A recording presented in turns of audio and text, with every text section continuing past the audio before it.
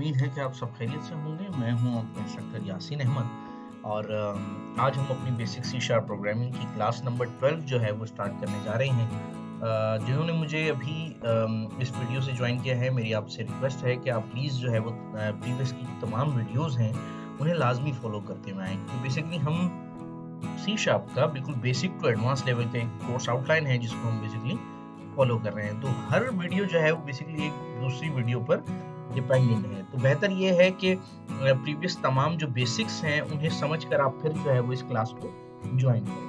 जिन्होंने अभी तक हमारे चैनल को सब्सक्राइब नहीं किया, मेरी रिक्वेस्ट है कि प्लीज़ आप हमारे चैनल को लाज़मी सब्सक्राइब करें और हमारी वीडियोज़ को शेयर करें उन लोगों के साथ जिनको आप समझते हैं कि जिन तक ये कंटेंट जो है वो पहुँचना चाहिए।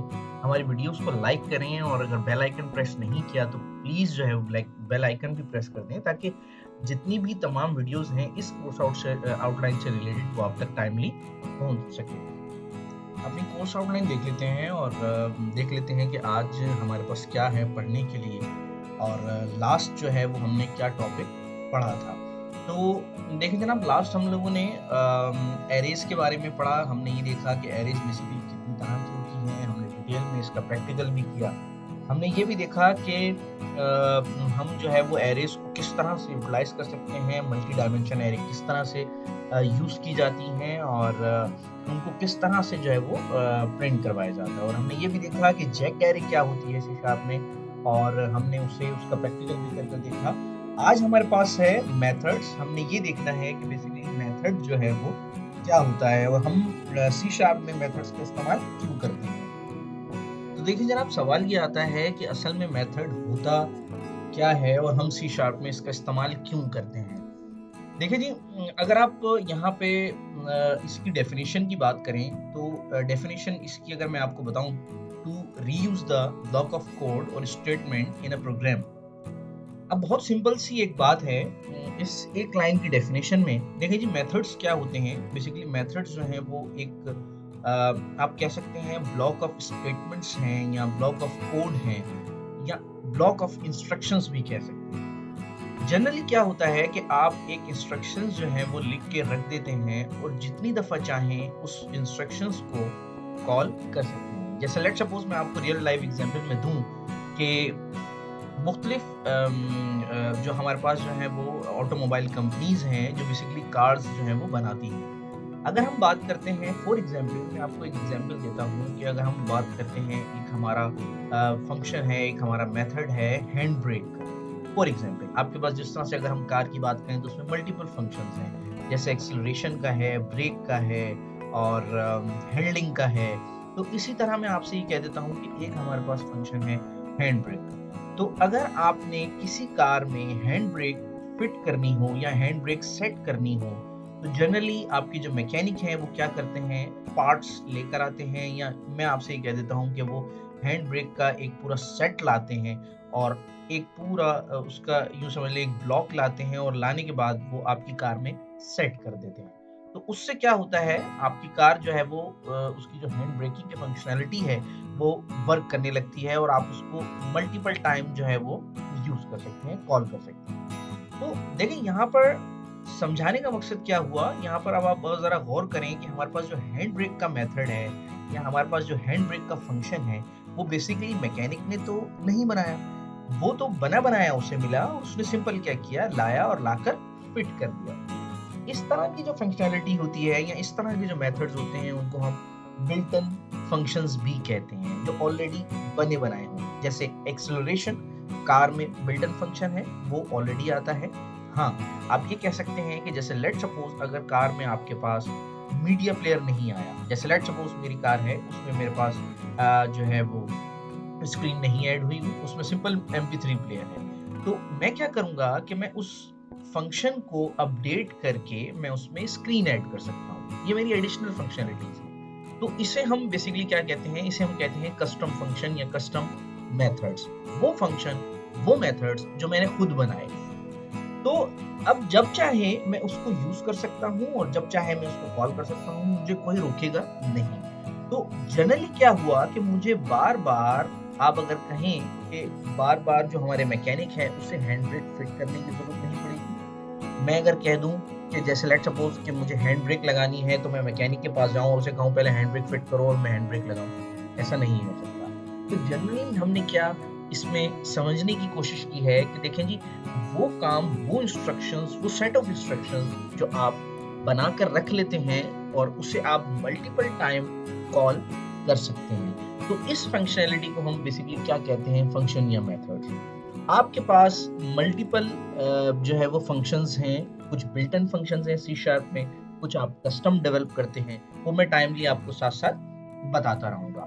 तो नेक्स्ट हमने ये देखना है कि बेसिकली फंक्शन हम लिखते किस तरह से हैं। तो अगर आप जरा गौर करें और आप ये देखें कि हमारे पास बेसिकली जो मेथड है उसका सिंटेक्स जो है वो क्या है, तो इसमें सबसे पहले हमारे पास यहाँ पे आता है एक्सेस मॉडिफायर। अच्छा, ये वो चीज है जो आपको मैं बेसिकली ऑब्जेक्ट ओरिएंटेड जब पढ़ा रहूंगा मैं आपको बताऊंगा कि एक्सेस मॉडिफायर्स होते क्या हैं।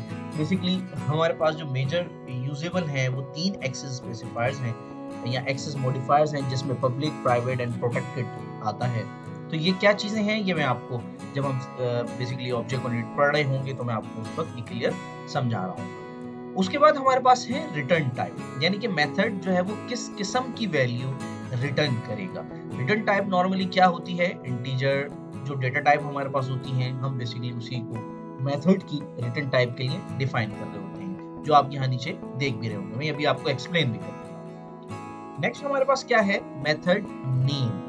अब ये देखिए कि यहाँ पर हमें बेसिकली क्या करना है, अपने मेथड को कोई ना कोई नेम देना है। जैसे मैंने हैंड ब्रेक कहा, जैसे मैंने मीडिया प्लेयर कहा, जैसे मैंने एक्सेलरेशन कहा, जैसे मैंने ब्रेकिंग कहा, हैंडलिंग कहा, ये बेसिकली हमारे मेथड का नेम है। फिर मेथड का एक रूल है कि आपने मेथड के नेम के बाद स्मॉल जो पैरेंथेसिस हैं वो स्टार्ट करना है और एंड करना है। ये मेथड का रूल है। हमेशा मेथड को इसी तरह से देखा जा सकता है, इसी तरह से डिफाइन किया जा सकता है। तो जब भी आप कोई भी इस तरह का नेम देखें जिसके साथ 2 स्मॉल पैरेंथेसिस लगे हुए हैं, तो इट मींस कि वो एक मेथड है।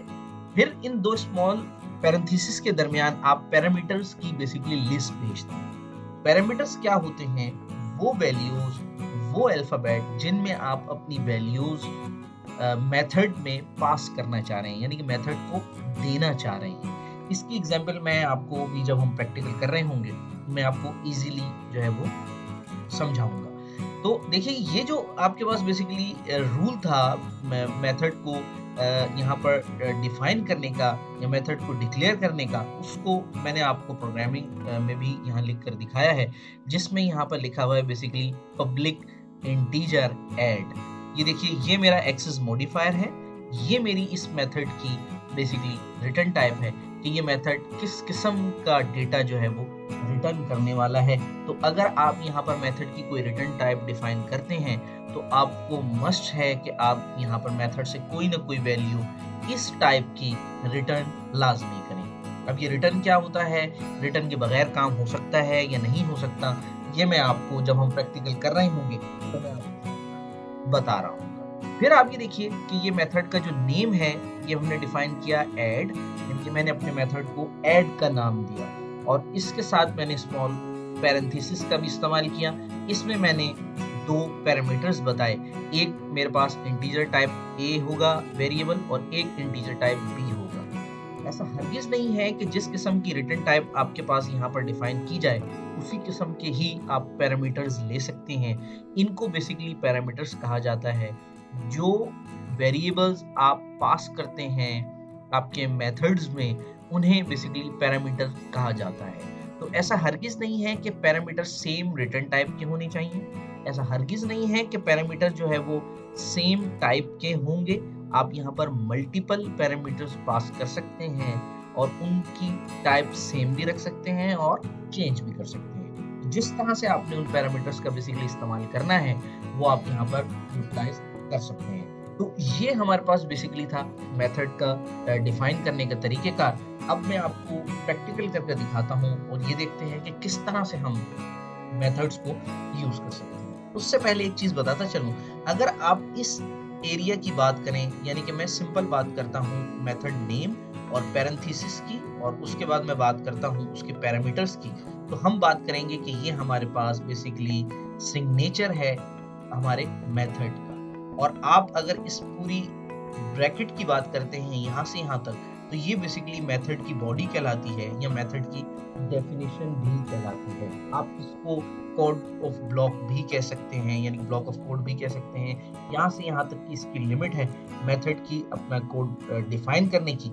उसके बाद अगर आप कोई वैल्यूज डिफाइन करते हैं तो वो मेथड में बेसिकली एक्सेसिबल नहीं होती। वो किस तरह से होती है, उसके लिए ग्लोबल वेरिएबल्स होते हैं, वो मैंने आपको पहले ही डिफाइन कर चुका हूँ मैं वेरिएबल की क्लास में कि ग्लोबल वेरिएबल क्या होते हैं, स्कोप ऑफ वेरिएबल्स जो है वो क्या होते हैं। तो चलते हैं जनाब, अपना प्रैक्टिकल स्टार्ट करते हैं। विजुअल स्टूडियो हमारे पास स्टार्ट हो चुका है और प्रैक्टिकल स्टार्ट करने से पहले हर बार की तरह मैं आपको वही इंस्ट्रक्शन देना चाहूँगा कि देखिए जी, कॉफ़ी गर्म कर लें और स्लो म्यूज़िक का भी इंतज़ाम करें। मैंने भी स्लो म्यूज़िक जो है वो सेट किया हुआ है, अगर आपको पसंद आता है तो प्लीज़ लाजमी बताइएगा, क्योंकि हम यहाँ पर थोड़ा सा फ्रेश माइंड का इस्तेमाल करने वाले हैं। और आज का जो टॉपिक है वो बहुत ही इंपॉर्टेंट है, जो आपको हर प्रोग्रामिंग लैंग्वेज में बेसिकली आपको जो है वो हेल्पफुल होगा। तो इस टॉपिक को आपने जो है वो बहुत ही ध्यान से समझना है, और अगर इसमें कोई भी आपको जो है वो कंफ्यूजन होती है तो आपने लाजमी जो है वो कमेंट्स करने हैं, ताकि मैं आपको इजीली टाइमली हेल्प कर सकूं। तो देखिए जनाब, हम आप ये देख रहे हैं कि हमारे पास एक क्लास है प्रोग्राम की। अब क्लास क्या होती है, मैंने आपको बताया था कि जब हम ऑब्जेक्ट ओरिएंटेड पढ़ेंगे तो मैं आपको बताऊंगा कि बेसिकली क्लास क्या होती है। अच्छा, ये एक बड़ा मामला है कि कुछ छोटे-छोटे ऐसे टॉपिक्स हैं बेसिकली जो पढ़ना पहले बहुत ज़रूरी है, और जो ऑब्जेक्ट ओरिएंटेड बाद में ही पढ़ें तो ज़्यादा बेहतर है, क्योंकि अगर मैं आपको पहले ऑब्जेक्ट ओरिएंटेड का टॉपिक कवर करवा देता तो आपको उसको समझना बहुत मुश्किल हो जाता। तो देखो जी, ये क्लास है और इसके अंदर हमारे पास बेसिकली एक मेथड पड़ा हुआ है जिसका नाम है मेन। अब ये जो मेन मेथड है, ये आप देखिए, मैंने इसको मेथड क्यों कहा, क्योंकि इसके साथ बेसिकली कर्ली ब्रैकेट्स का इस्तेमाल किया गया। फिर मैंने उस आपको बताया था कि उसके दरमियान जो भी वेरिएबल्स कॉल होते हैं उनको हम पैरामीटर्स कहते हैं। मैंने आपसे वादा किया था कि मैं आपको इसके बारे में लाजमी समझाऊंगा आगे चल के। तो अभी ये वक्त आ गया है कि आप इसको समझ सकेंगे। तो अगर आप जरा गौर करें, हमारे पास बेसिकली ये जो स्टैटिक है, ये आपको जो है वो थोड़ा-सा ओड लगेगा, क्योंकि ये हमने इसके बारे में ज़िक्र नहीं किया अभी तक। फिर ये जो वॉइड है, ये बेसिकली आपकी इस मेथड की, जो कि मेन मेथड है, इसकी ये बेसिकली रिटर्न टाइप है। जैसे मैंने आपको बताया था, इंटीजर, स्ट्रिंग, फ्लोट, डेसिमल कुछ भी हो सकती है। तो ये वॉइड का मतलब ये है कि ये जो मेथड है, ये बेसिकली कुछ भी रिटर्न नहीं करेगा, इसलिए हम इसकी बॉडी में रिटर्न का कीवर्ड इस्तेमाल नहीं करते। तो ये किस तरह से होगा, कैसे होगा, ये मैं आपको बताऊंगा अभी। फिर उसके बाद आप ये देखें कि यहाँ पे लिखा हुआ है मेन। मेन का मकसद, ये आपके जो फंक्शन है का नाम है। देखिए, सी शार्प की जो क्लास है उसमें बेसिकली एक मेन मेथड लाजमी होता है, जो कि मेन गेट होता है। यानी कि अगर आप घर की बात करें तो आप किसी भी घर को ले लें तो उसमें एक मेन डोर लाजमी होता है जहाँ से आप इंटर होते हैं। तो इसी तरह आपका जो कंपाइलर है, जो सी शार्प के कोड को बेसिकली कंपाइल करता है, ये मैंने आपको डिटेल जो हमारी इंस्ट्रक्शंस थी, जो हमारी ब्रीफ थी सी शार्प प्रोग्रामिंग की, उसमें मैंने आपको बताया था कि कंपाइलर जो है वो किस तरह से काम करता है और सी शार्प बेसिकली कैसे काम कर रहा होता है। तो ये जो हमारा मेन डोर है, इससे बेसिकली आपका कंपाइलर जो है वो इंटर होता है और यहीं से आपकी क्लास को रीड करना शुरू होता है। तो ये मेन मेथड किसी भी क्लास में होना ज़रूरी है। आप किसी एक क्लास में अपने मेन मेथड को लाज़मी रखते हैं, और अगर आपने किसी दूसरी क्लासेस को इसके साथ मर्ज करना होता है या इंटीग्रेट करना होता है या इसके साथ मिल के चलाना होता है, तो उस क्लास का बेसिकली यहाँ पर ऑब्जेक्ट बना जाता है। अब ऑब्जेक्ट क्या होता है, ये मैंने आपको बताया था कि ऑब्जेक्ट ओरिएंटेड में मैं आपको पढ़ाऊंगा। तो ये आपके जो बेसिकली मेन मेथड है, और इसके साथ आपने देखा कि स्मॉल पैरेंथेसिस का इस्तेमाल किया गया है, इसलिए हम इसको मेथड कह रहे हैं। और इसके दरमियान आप देख रहे हैं कि एक स्ट्रिंग एरे डिफाइन किया गया।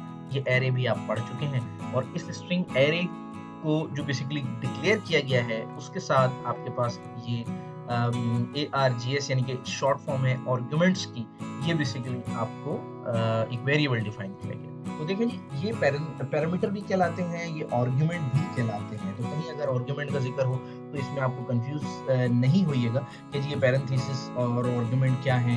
तो ये बेसिकली आर्गुमेंट भी कहलाते हैं। तो मैंने आपको ये बताया कि अब इसमें हमारे पास जो एक्सेस मॉडिफायर है वो मौजूद नहीं है। तो आपने देखा होगा कि मैंने बेसिकली अपने फंक्शन से पहले पब्लिक लिखा था। पब्लिक बेसिकली एक ऐसा एक्सेस मॉडिफायर है जो कि अगर आप ना भी लिखें तो बेसिकली आपका जो फंक्शन है वो बाय डिफ़ॉल्ट पब्लिक ही होता है। तो इसलिए इन्होंने यहाँ पर इसके साथ पब्लिक डिफाइन नहीं किया। तो देखिए स्टैटिक क्या होता है? असल में जिस भी फंक्शन के साथ आप स्टैटिक का कीवर्ड इस्तेमाल कर दें तो इट मींस कि ये आपका एक ऐसा स्पेशल फंक्शन है जो कि अपने नेम से ही डायरेक्टली कॉल हो सकता है। यहाँ मैंने थोड़े से मुश्किल वर्ड्स का इस्तेमाल किया।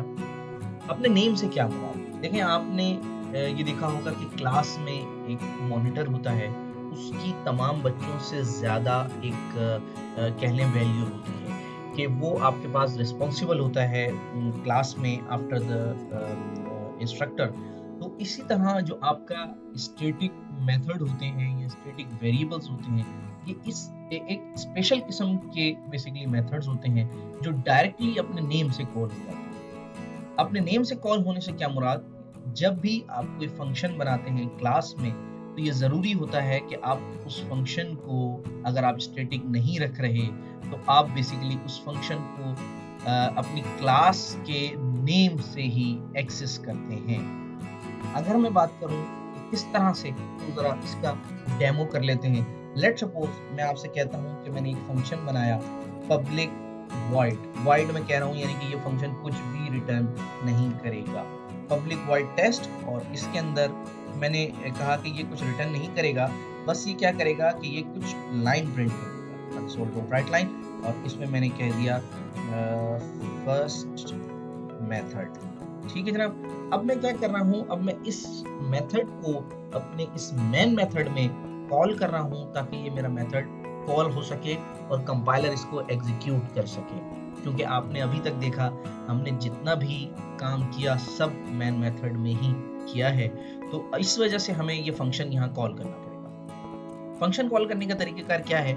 मैं जस्ट फंक्शन का नेम लिख दूं और उसके आगे मैं बेसिकली स्मॉल पैरेंथेसिस बता दूं तो ये फंक्शन कॉल हो जाता है। ये बहुत ही आसान तरीका है फंक्शन को कॉल करने का। अब ये देखिए कि ये फंक्शन जब मैंने कॉल किया तो ये मुझे एरर दे रहा है, कह रहा है an object reference is required, यानी कि आप क्लास का ऑब्जेक्ट बनाना पड़ेगा, कोई ना कोई ऑब्जेक्ट का रेफरेंस चाहिए जो बेसिकली इस फंक्शन को कॉल करे। क्या कह रहे हैं कि ऑब्जेक्ट अगर आप इसके ऊपर माउस होवर करते हैं ये रेड लाइन के ऊपर तो बेसिकली वो आपको एक टूल टिप देता है। अभी यहाँ आपको रिकॉर्डिंग में नजर नहीं आ रही होगी। तो उस टूल टिप में वो बेसिकली क्या कहता है कि an object reference is required for the non static field, यानी कि आपने जो फंक्शन बनाया है वो स्टैटिक फंक्शन नहीं है, उसके लिए लाजमी है कि आप अपनी क्लास का रेफरेंस दें इसे। तो जैसे लेट्स सपोज मैं अगर एक बात कहता हूँ कि मैं क्लास का रेफरेंस दे देता हूँ, मेरी क्लास का नाम क्या था? प्रोग्राम। मैंने सिंपल यहाँ से इसको कॉपी किया और यहाँ पर पेस्ट कर दिया और मैंने डॉट टेस्ट करके इसको कॉल करने की कोशिश की। तो देखिए कि ये इसको डायरेक्टली भी कॉल नहीं करता। वो कह रहे हैं कि ये आपका नॉन स्टैटिक बेसिकली एक फंक्शन है, आप इसको डायरेक्टली कॉल नहीं कर सकते।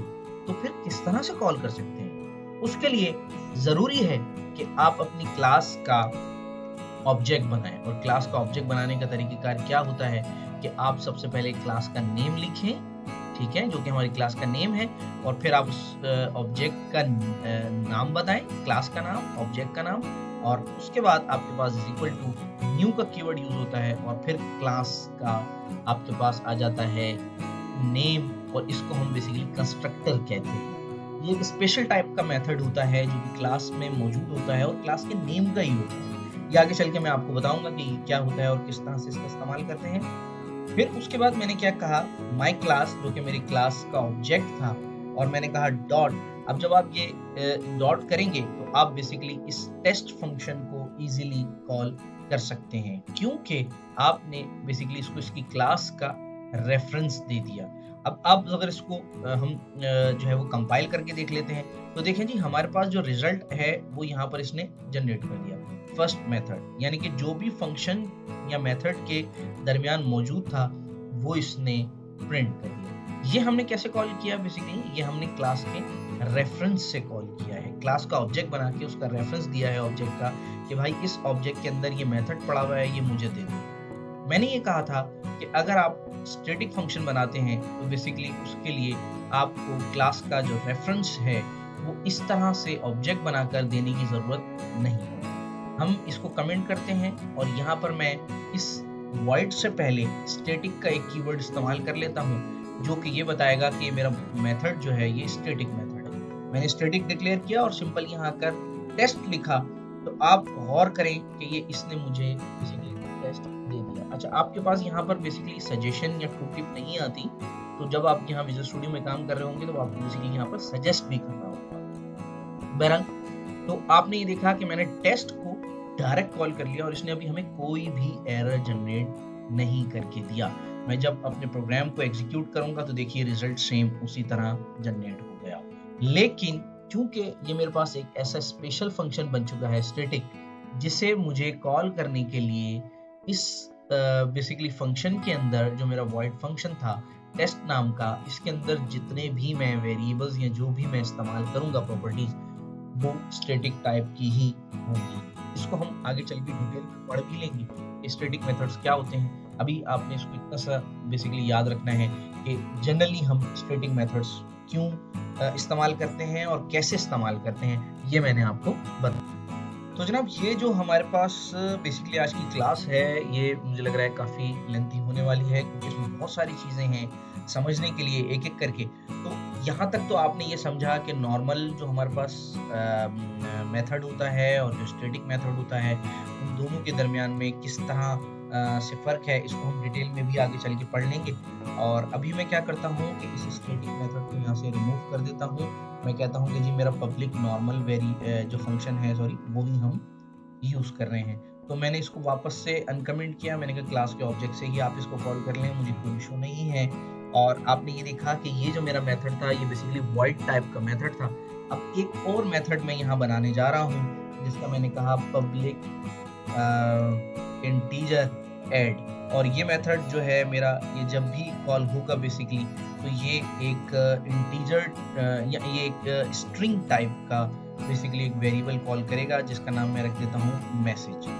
ठीक है जनाब, ये मेरा मेथड कॉल हो गया और यहाँ पर मैं इसी को कॉपी भी कर लेता हूँ और कॉपी करने के बाद मैं कहता हूँ कि ये जो पैरामीटर आ रहा है, ये आप पैरामीटर जो है वो ये यहाँ पर क्या करो, इसी को पैरामीटर को यूज भी कर लो, यानी कि कंसोल कर लो। तो देखिए ये एक एरर जनरेट कर रहा है। ये बेसिकली एरर क्यों जनरेट कर रहा है, ये कह रहा है कि अगर आपका मेथड जो है वो अपनी रिटर्न टाइप रखता है इंटीजर टाइप की, तो उसको मस्ट है कि वो यहाँ से कुछ ना कुछ रिटर्न जरूर करे और करेगा भी इंटीजर टाइप का।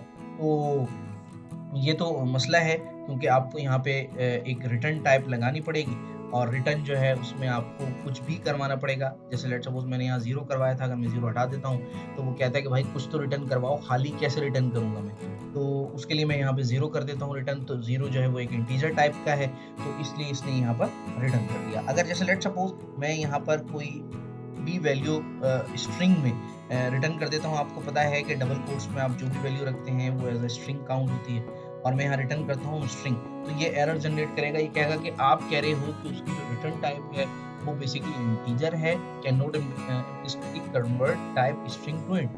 तो आप यहाँ कह रहे हो कि बेसिकली इसकी जो रिटर्न टाइप है वो इंटीजर है और आप जो है वो रिटर्न स्ट्रिंग कर रहे हो, तो ये तो ज्यादती हो गई, ये तो गलत बात हो गई, आप इस तरह से नहीं कर सकते। जो आपने कमिटमेंट की है उसको आप लाजमी पूरा करें।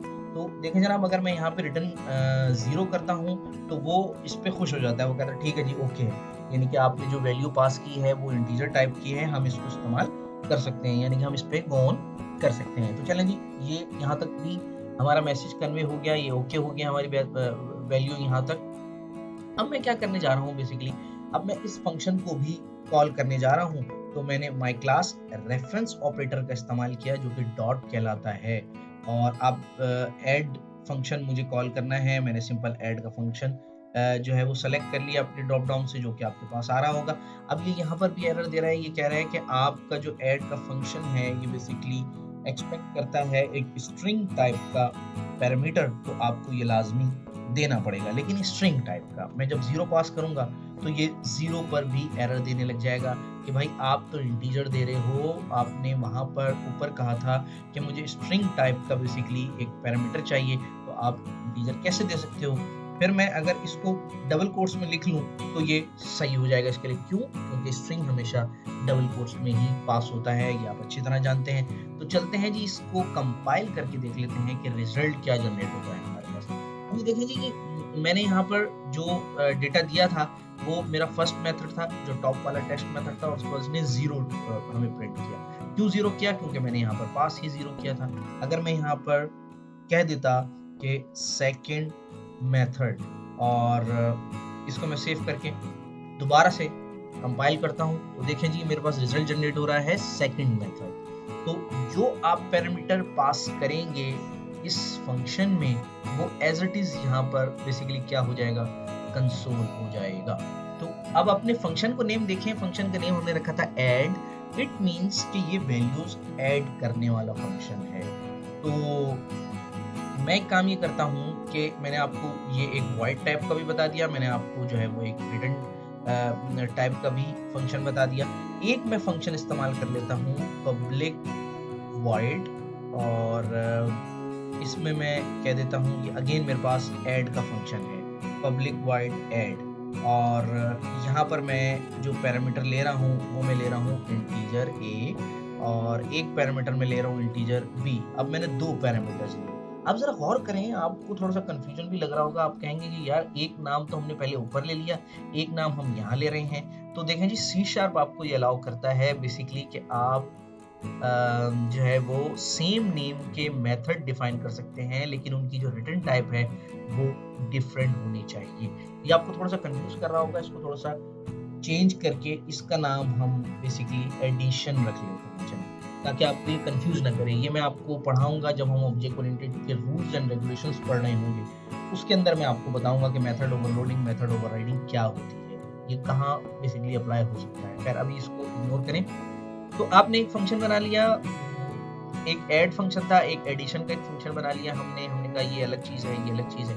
जो एडिशन का फंक्शन है ये जब भी कॉल होगा इसको आपको 2 पैरामीटर देने होंगे, यानी कि इसको आपको 2 आर्गुमेंट्स पास करने होंगे, दोनों इंटीजर टाइप के होंगे। एक आर्गुमेंट अगर चाहिए होगा तो सिंपल इस तरह से डिफाइन करेंगे, 2 चाहिए होंगे तो कॉमा सेपरेट से इस तरह से डिफाइन करेंगे, 3 चाहिए होंगे तो कॉमा सेपरेट करके तीसरा भी पैरामीटर यहाँ पे डिफाइन कर सकते हैं, उसकी टाइप भी डिफाइन कर सकते हैं। लेट्स सपोज, अच्छा बहरहाल इसी को अभी हम 2 यूज करते हैं, बाद में हम इसको बढ़ा लेंगे। तो अब मैंने ये कहा कि भाई मेरा जो वेरिएबल है, ये जो फंक्शन है ये बेसिकली एडिशन करेगा, a और b को ऐड करेगा आपस में। तो मैंने एक और वेरिएबल ले लिया इंटीजर रिजल्ट।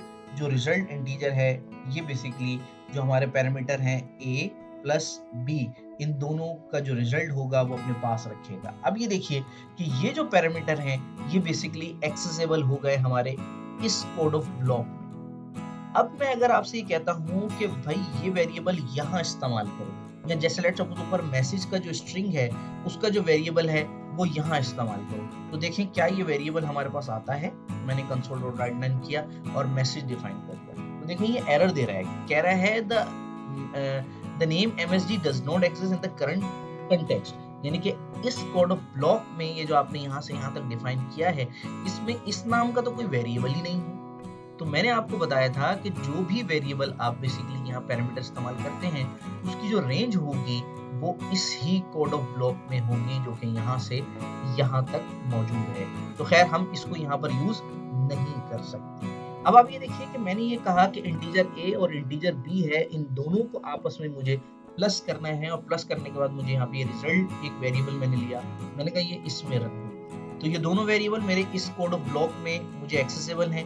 मैंने सिंपल एक रिजल्ट में यहाँ पर आकर ये जो रिजल्ट का वेरिएबल है मैंने यहाँ पर ये console.writeline कर दिया। अच्छा, console.writeline करने से पहले मैं ये वापस रिवर्ट करता हूँ, जरा गौर करें कि ये जो राइट लाइन है ये बेसिकली क्या है।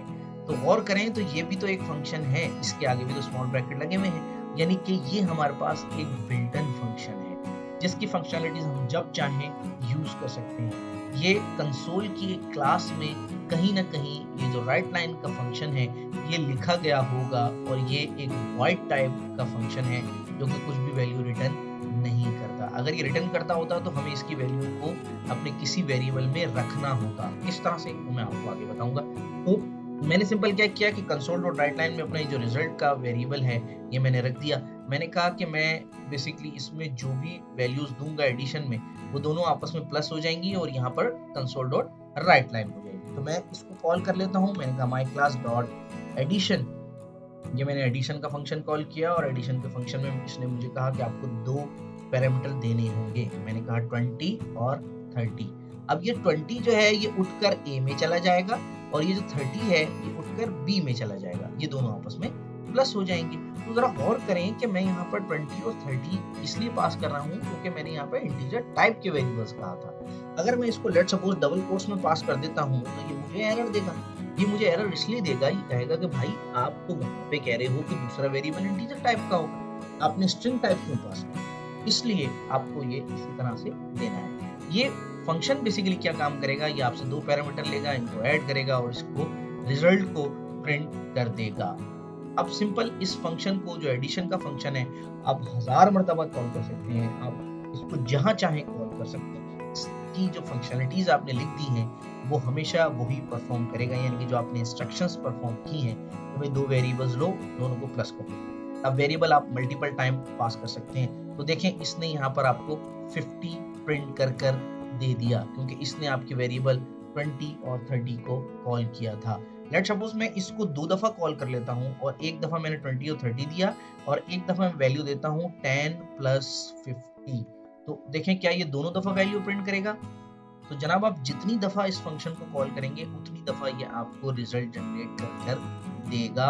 50 एंड 60 इसने दे दिया क्योंकि एक दफा मैंने 20 और 30 पास किया, एक दफा मैंने 10 और 50 पास किया, तो दो दफा इसने हमें ये वैल्यूज दी। अगर तीन दफा कॉल करेंगे तो बेसिकली ये तीन दफा आपको वैल्यूज प्रिंट कर दे देगा। तो आपने ये देखा कि आप एक फंक्शन बनाते हैं, एक वाइड टाइप का फंक्शन जो कि कुछ रिटर्न नहीं कर रहा लेकिन सिर्फ कंसोल पे प्रिंट कर रहा है। अच्छा आप ये कहेंगे कि ये कंसोल पे रिटर्न कर ही तो रहा है, ये प्रिंट भी तो कर रहा है। तो जनाब ये बेसिकली कंसोल पे रिटर्न नहीं कर रहा, ये प्रिंट कर रहा है। तो रिटर्न का क्या मतलब हुआ, ये समझ से बाहर वाली बात है। अगर आप थोड़ा सा कंफ्यूज हो रहे हैं इसमें तो मैं आपको भी थोड़ा सा क्लियर कर देता हूँ। देखें फंक्शन को रिटर्न करने का मकसद ये है कि जो भी वैल्यू आपने जहां से फंक्शन को कॉल किया है उसका जो रिजल्ट है वो आपको वहीं पर रिसीव हो और आप उस पर फर्दर काम कर सकें। जैसे लेट सपोज मैं आपसे ये कहता हूँ कि मेरे पास एक एडिशन का फंक्शन है, ये मुझसे दो पैरामीटर लेगा। लेट सपोज मैं आपसे कहता हूँ कि भाई मैं जो है वो इंस्ट्रक्टर हूँ और मैं पूरी क्लास के पेपर्स चेक कर रहा था। मैंने अपने साथ एक हेल्पर रखा, उस हेल्पर ने मुझसे जो है वो रिजल्ट मांगा जितने भी मेरे पास पेपर्स थे। जैसे लेट सपोज दो पेपर्स थे मेरे पास, उन दोनों पेपर्स का मुझसे रिजल्ट मांगा और मैंने उसको दोनों पेपर्स का रिजल्ट दिया और रिजल्ट जो है वो देने के बाद उसने उन दोनों पेपर्स को आपस में प्लस किया और प्लस करने के बाद नोटिस बोर्ड पे प्रिंट कर दिया। तो मैंने कहा यार मुझे तो इसकी परसेंटेज भी निकालनी थी, तुमने प्रिंट करके नोटिस बोर्ड पे कैसे लगा दिया। तो इस सूरत में वो क्या करेगा, वो कहेगा कि अच्छा सर मैं आपको एक काम करता हूँ प्लस करके वापस दे देता हूँ। तो इस सूरत में वो क्या करेगा कि वो नोटिस बोर्ड पर इसको प्रिंट नहीं करेगा बल्कि वो इन दोनों को प्लस करके मुझे यहाँ से वो वैल्यू रिटर्न कर देगा। ये रिटर्न करने का मकसद ये होगा कि मैं उस पर फर्दर अपने जो फंक्शनैलिटीज हैं वो परफॉर्म कर सकूं। अब ये देखिए जब मैं इसको रिटर्न कर रहा हूं तो वो कह रहा है आपकी जो टाइप है वो रिटर्न टाइप नहीं है, आप पहले रिटर्न टाइप डिफाइन करें। तो मैंने यहाँ पे इंटीजर की टाइप डिफाइन की। मैंने कहा ये फंक्शन बेसिकली एडिशन उससे दो पैरामीटर लेके और मुझे ये वैल्यू रिटर्न करने वाला है। अब ये देखिए कि वो जो हेल्पर है वो बेसिकली मुझसे दो पेपर्स के इसने मुझसे मार्क्स लिए और दोनों को प्लस किया और मुझे रिटर्न कर दिया। अब मैं क्या करूंगा कि जब उसने मुझे रिटर्न किया मैं एक इंटीजर टाइप का वेरिएबल लूंगा जो कि मेरे पास कोई भी हो सकता है। मैं इसको कुछ भी नाम दे सकता हूँ, मैं इसे दे सकता हूँ माय रिजल्ट। तो मैंने क्या किया, मैंने बेसिकली उन दोनों पैरामीटर्स को जो उसने प्लस करके मुझे रिटर्न किए थे मैंने इसे एक वेरिएबल में रख लिया। मैंने कहा भाई मैं इसको दो वैल्यूज दे रहा हूँ और ये मुझे क्या कर रहा है वो रिटर्न कर रहा है दोनों वैल्यूज को प्लस करके। तो मैंने इसको क्या किया, मैंने एक वेरिएबल में इसको रख लिया और मैंने यहाँ पर इसको जो है वो इसकी मैंने परसेंटेज ले ली। जैसे लेट्स सपोज़ मैं परसेंटेज डबल टाइप का एक मैं वेरिएबल लेता हूँ और मैं उसमें एक नाम दे देता हूँ परसेंटेज, और मैं यहाँ पे कहूँगा कि भई जो मेरे पास जो भी आप यूँ कह लें कि मेरे पास इसका रिज़ल्ट आएगा, उसकी मुझे परसेंटेज निकालनी है। क्योंकि मेरा काम यही था कि मैं परसेंटेज निकालूँगा, निकालने के बाद उसको बोलूँगा कि जाओ अब आप नोटिस बोर्ड पर प्रिंट कर दो। तो जनरली परसेंटेज निकालने का हमारे पास फ़ॉर्मूला क्या है कि हमारे पास जो ऑब्टेन मार्क्स हैं वो, और multiply by 100 and divided by जो भी हमारे टोटल मार्क्स हैं वो। तो मैंने कहा टोटल मार्क्स मेरे पास 200 थे, ऑब्टेन मार्क्स मेरे पास जो हैं वो जनरली कोई भी हो सकते हैं। तो मैंने 20 और 30 दिया था, तो यानी कि ऑब्टेन मार्क्स मेरे पास 50 होंगे। मैं इस को जो है वो बंद कर देता हूँ, क्योंकि अब हमारे पास बेसिकली इसकी ज़रूरत नहीं रही। तो मैंने क्या किया, मैंने एडिशन का फंक्शन कॉल किया, मैंने उसको एक वैल्यू दी 10 और एक वैल्यू मैंने दी उसको 50। यानी कि टोटल 200 में से मेरे पास ये वाले मार्क्स प्लस होकर मुझे इसमें रिटर्न मिलेंगे, और मैं इस पे परसेंटेज निकालूँगा, और परसेंटेज निकालने के बाद अब मैं बेसिकली यहाँ पर इसको नोटिस बोर्ड पर प्रिंट करने वाला हूँ। तो मैंने कहा कंसोल डॉट राइट लाइन, और इसमें मैंने कहा स्टूडेंट रिजल्ट। ये तो आप जानते हैं कि हम कॉन्केटिनेशन बेसिकली किस तरह से कर रहे होते हैं, स्टूडेंट रिजल्ट। और यहाँ पर मैंने परसेंटेज का वेरिएबल दे दिया प्लस करके, दोबारा से डबल कोट्स में मैंने परसेंटेज का आइकन भी सेट कर दिया ताकि ये थोड़ा सा खूबसूरत लग सके। अब जरा इसको कंपाइल करके देख लेते हैं कि कहीं हमने कोई गलती तो नहीं कर दी।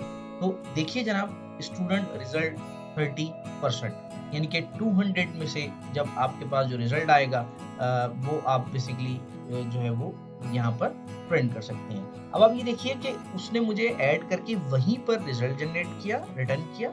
उस रिजल्ट पे मैंने अपनी मज़ीद फंक्शनैलिटीज़ परफ़ॉर्म की, और फिर उसको मैंने यहाँ पर जनरली प्रिंट करवा दिया। तो ये हमारे पास बेसिकली 2 तरह के आपको मैंने फंक्शंस दिखा दिए। एक हमारे पास जो था वो रिटर्न टाइप फंक्शन था, और एक हमारे पास नॉन रिटर्न टाइप फंक्शंस थे। मैंने ये भी बताया कि स्टैटिक फंक्शन में और नॉर्मल फंक्शन में क्या फ़र्क होता है। हमने ये भी देखा कि फंक्शंस जो है वो किस तरह से बेसिकली काम कर रहे होते हैं, हम किस तरह से उससे ऐड करवाते हैं और किस तरह से उससे वैल्यू रिटर्न करते हैं। अभी हमने सिर्फ़ एक ऐड का फंक्शन यूज़ किया था। आप इसी तरह से 3 से 4 फंक्शंस बनाकर मल्टीप्लाई, डिवाइड, सब्ट्रैक्ट और जो है वो इसे मज़ीद माइनस की जो भी सबट्रैक्शन है, जो भी है वैल्यू, आप उसे फंक्शनैलिटीज़ परफ़ॉर्म करवा सकते हैं। सेम इसी तरह आप बेसिकली परसेंटेज निकालने के लिए भी एक फ़ंक्शन बना सकते हैं। आप क्या करेंगे कि जो रिज़ल्ट आपको जनरेट हो रहा होगा, आप वो परसेंटेज के फ़ंक्शन को पास करेंगे, और वो वहाँ से आपको परसेंटेज निकाल के रिटर्न कर देगा, और वो आप प्रिंट करवा सकते हैं। तो नॉर्मली इस तरह से आपका फ़ंक्शंस जो है वो क्लास में यूज़ होते हैं, और इस तरह से आप उनको कॉल कर रहे होते हैं। तो मैं समझता हूँ कि आज का जो डिटेल आपके पास जो हमारे पास टॉपिक था, वो आपको क्लियर हो गया होगा। मैंने पूरी कोशिश की है कि मैं आपको ईज़िली बिल्कुल बेसिक लेवल पे जाकर समझा सकूँ। तो मैं उम्मीद करता हूँ कि आपको ये वीडियो पसंद आई हो। तो अगर पसंद आई होगी तो प्लीज़ ज़रूर इसको लाइक करिएगा, और शेयर करिएगा उन लोगों के साथ जिनको आप समझते हैं कि ये कंटेंट जो है उन तक पहुँचना चाहिए। हमारी वीडियोज़ जो है वो लाइक करते रहें, और चैनल को सब्सक्राइब लाज़मी करें, और बेल आइकन को ज़रूर प्रेस करिएगा ताकि आने वाली तमाम जो भी वीडियोज़ हैं इस कोर्स से रिलेटेड वो आप तक टाइमली पहुँच सके। अपना बहुत ख़्याल रखिए, दुआओं में याद रखिए। अल्लाह हाफ़िज़।